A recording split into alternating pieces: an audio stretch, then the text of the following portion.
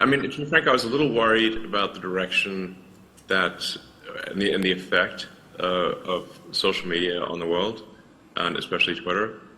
And I thought it was very important for there to be a maximally trusted sort of digital public square where people, within countries and internationally could communicate with,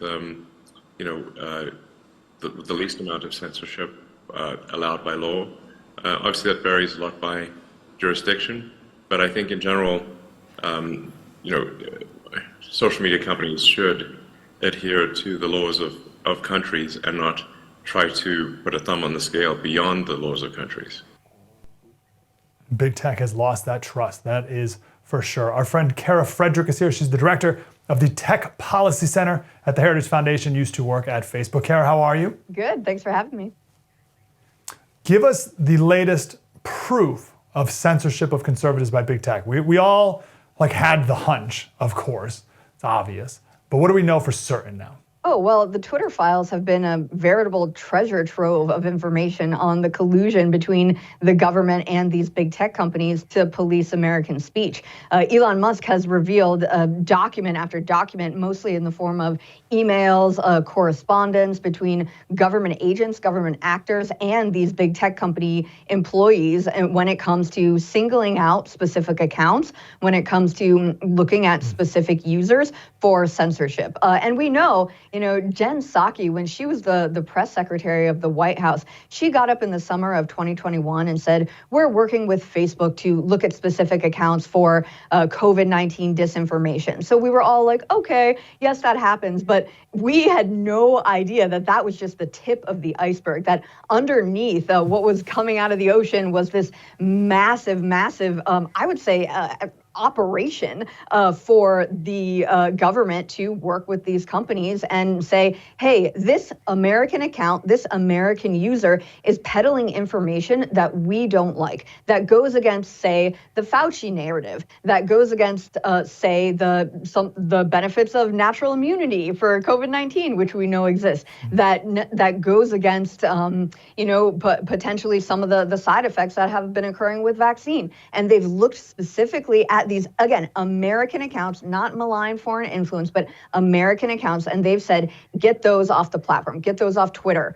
We know, again, that happened with Facebook. There was a dirty disinformation dozen that the White House had singled out, and most of those accounts were purged from Facebook. So along the Twitter files, we have that information with Twitter. And then we know through various reporting, again, confirmed by the Twitter files, that that big social media companies, big tech companies, had met with government agencies in the run-up to the 2020 presidential election in America and worked with them to, number one, prep them about the Hunter Biden laptop release, and number two, look at specific American actors and say they should not be on your big tech platforms. And in many instances, big tech readily complied.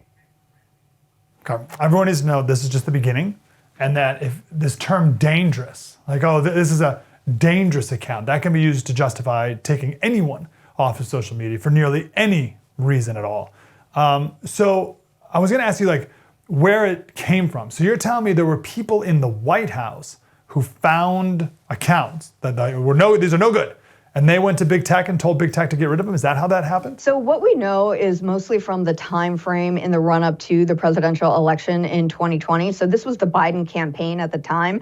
As the Twitter files have been released, now they're talking through what's happened in 2021 since Joe Biden took office. So it's happened on both ends, before they got in the White House and then after they've gotten in the White House. And they've used a lot of these federal agencies as actors as well. So not just people within the White House, Joe Biden administration, staffers walking through, the executive office building or places like that, but actual federal agencies like DHS, like the FBI, and others. And also know, big tech shut down the New York Post, right? So how with the Hunter Biden story,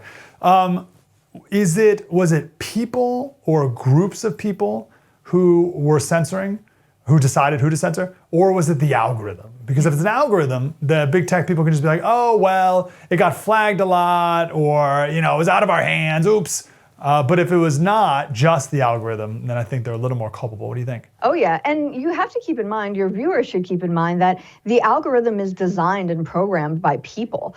So what people think, their prejudices, their biases, that can go into the design of these algorithms. So when you're coding various elements of the algorithm, and there's an internal tools sort of bucket at play here too that matters, then you can imbue technology with your own values. You can say, we want to look for the acronym BLM and Marxism together, and anyone who talks about that is automatically flagged for human review. So it should be a combination of both, and all of that does reflect the values of the organization, the values of the programmers who are writing this code, and the values of the product managers and the policy people who are telling them what to do, telling them what to look out for. So it's a mixture of both. It's people, but and machines, but in the end, it's mostly people. We're still dealing with cognitive issues here. Well said. What are the values of these people? This has been an underarching theme of our show today, is what Silicon Valley used to be, like how they were started with the scrappy kids of blue-collar workers in garages, into what they are now. Like literally Apple Computers commercial in 1984 was them destroying Big Brother, and now they are Big Brother. So you were there, you worked with these people. What is their worldview and their vision that is very different than ours?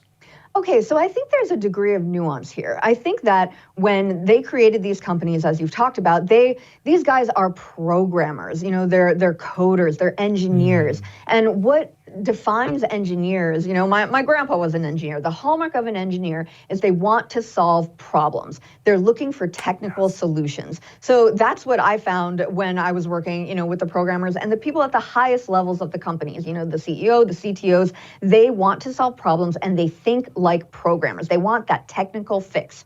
And they're, a lot of them are libertarian. They think their ethos is to build, right? To build. And they're very much interested in that. And what I found missing, though, and what they recognized later, was a lack of a geopolitical cognition. They weren't exactly sure how their products would necessarily affect the world, affect politics. So they started bringing in people when they realized it was an issue to fill those policy ranks, to fill those personnel, HR ranks, to try to stop those, PR fires when they found themselves stepping in it because they just wanted to make a great product and ship it. Didn't necessarily account for everything else. But now that bureaucracy, those mid-level administrators have really taken over and I would say sort of pushed the values of these companies in a specific direction. That direction is left.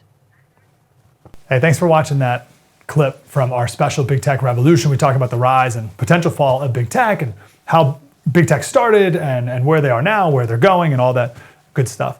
And you can watch that on the First TV app, available in the App Store. Also, our podcast, Politics by Faith, because all this big tech and transhumanism and computer chips in your brain kind of stuff, it's anxiety creating, no question. What's next with that? How do we work with that? How do we raise our kids in this new big tech world where everything is different? That's the kind of things we talk about in our podcast, Politics by Faith, where we take a thing that causes anxiety that's in the news, and then we give some historical perspective and biblical piece to help that anxiety go away. Because I don't want to be living with anxiety. I want to be able to sleep at night. And I want to wake up refreshed, clear-eyed, ready to take on the day with wisdom and clear thinking. So that's the purpose of our podcast, and you can listen to that anywhere you listen to podcasts. It's called Politics by